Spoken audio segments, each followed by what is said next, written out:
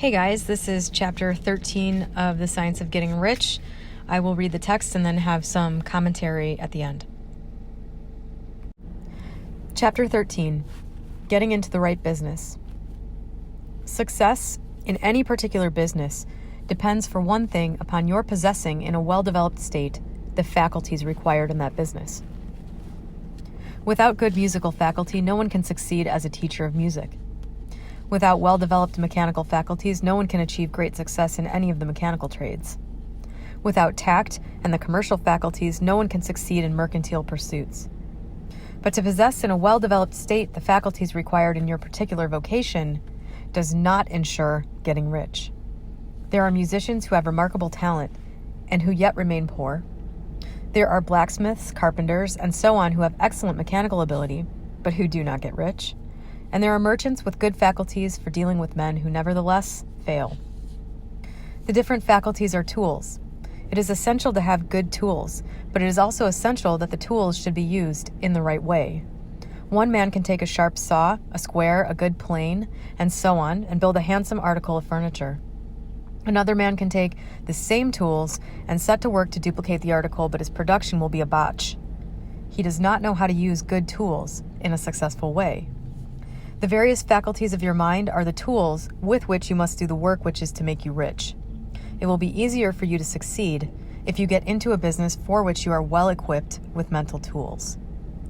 Generally speaking, you will do best in that business which will use your strongest faculties, the one for which you are naturally best fitted, but there are limitations to this statement also. No man should regard his vocation as being irrevocably fixed by the tendencies with which he was born. You can get rich in any business, for if you have not the right talent for it, you can develop that talent. It merely means that you will have to make your tools as you go along, instead of confining yourself to the use of those with which you were born. It will be easier for you to succeed in a vocation for which you already have the talents in a well-developed state, but you can succeed in any vocation, for you can develop any rudimentary talent, and there is no talent of which you have not at least the rudiment. You will get rich most easily in point of effort if you do that for which you are best fitted, but you will get rich most satisfactorily if you do that which you want to do. Doing what you want to do is life, and there is no real satisfaction in living if we are compelled to be forever doing something which we do not like to do and can never do what we want to do. And it is certain that you can do what you want to do. The desire to do it is proof that you have within you the power which can do it. Desire is a manifestation of power. The desire to play music is the power which can play music, seeking expression and development. The desire to invent mechanical devices is the mechanical talent seeking expression and development. Where there is no power, either developed or undeveloped, to do a thing, there is never any desire to do that thing. And where there is strong desire to do a thing, it is certain proof that the power to do it is strong and only requires to be developed and applied in the right way. All things else being equal, it is best to select a business for which you have the best developed talent. But if you have a strong desire to engage in any particular line of work, you should select that work as the ultimate end at which you aim. You can do what you want to do, and it is your right and privilege to follow the business or avocation which will be most congenial and pleasant. You are not obliged to do what you do not like to do, and should not do it except as a means to bring you to the doing of the thing you want to do. If there are past mistakes whose consequences have placed you in an undesirable business or environment, you may be obliged for some time to do what you do not like to do, but you can make the doing of it pleasant by knowing that it is making it possible for you to come to the doing of what you want to do. If you feel that you are not in the right vocation, do not act too hastily in trying to get into another one. The best way, generally, to change business or environment is by growth. Do not be afraid to make a sudden and radical change if the opportunity is presented, and you feel after careful consideration that it is the right opportunity. But never take sudden or radical action when you are in doubt as to the wisdom of doing so. There is never any hurry on the creative plane. There is no lack of opportunity. When you get out of the competitive mind, you will understand that you never need to act hastily. No one else is going to beat you to the thing you want to do. There is enough for all. If one place is taken, Another and a better one will be opened for you a little farther on. There is plenty of time. When you are in doubt, wait. Fall back on the contemplation of your vision and increase your faith and purpose. And by all means, in times of doubt and indecision, cultivate gratitude.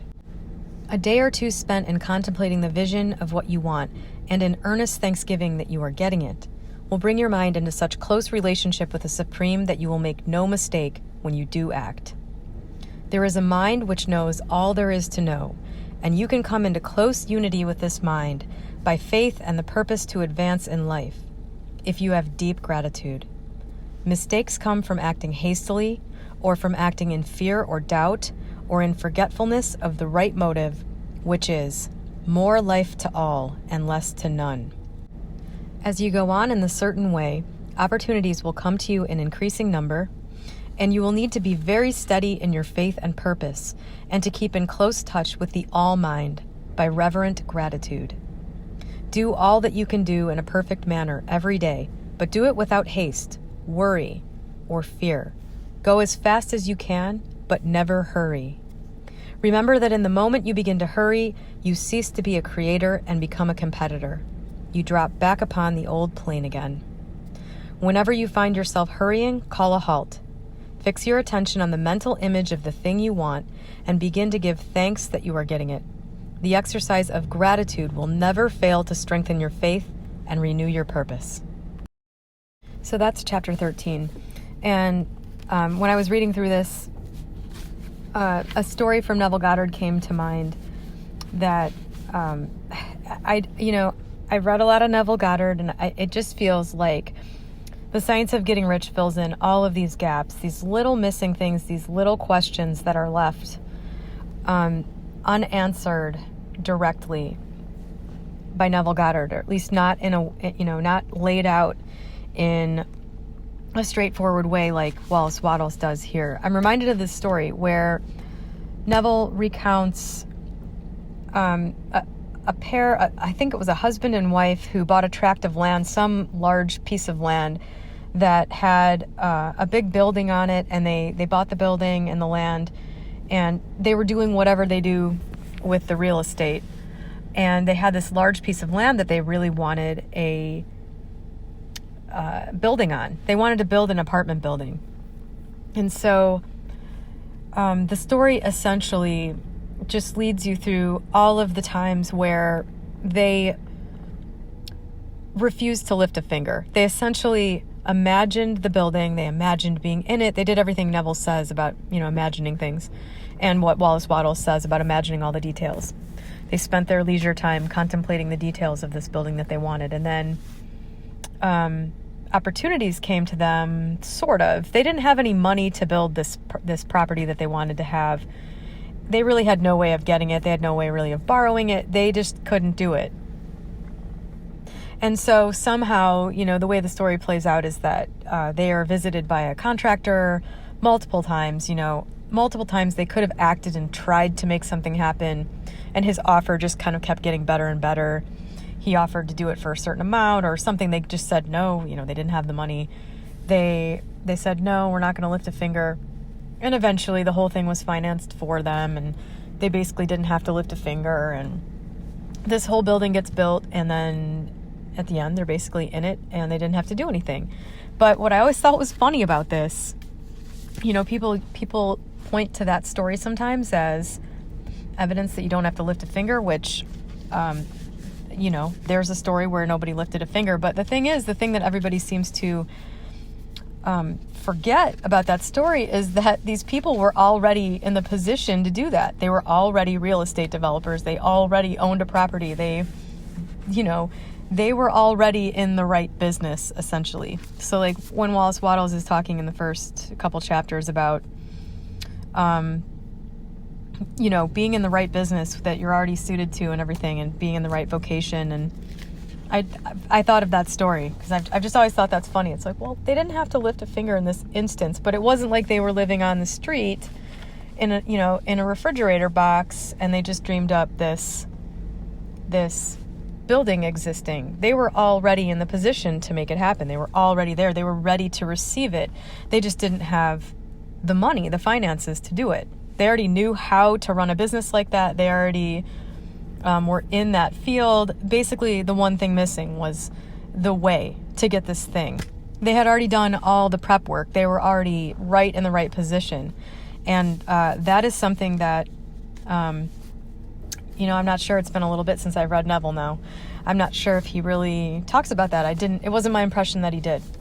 That was one thing that, during my Neville phase, that I always would remember this from The Science of Getting Rich and think, yeah, man, this is being left out. Like this is sort of a gap in this, is sort of being prepared to receive the thing that you want to get by being in the right business, by having already gotten, into the place that you want to be, by developing your talents or whatever, what he was saying in here. Learning how to use the tools, being in the right position. That might have been a better comment for the last chapter. But here it is.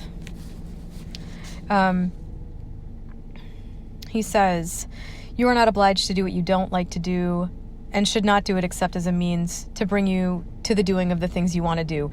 And this goes back to the chapter on efficient action. If you're engaged in something you don't like to do, the way to get out of it, the way to move forward from it, is to overfill your position, like he was saying. Become larger than you are in that position by having this vision in mind, by having the faith to create it, by having the intention to create it, and by taking every action in this thing you don't like doing with this spirit about you.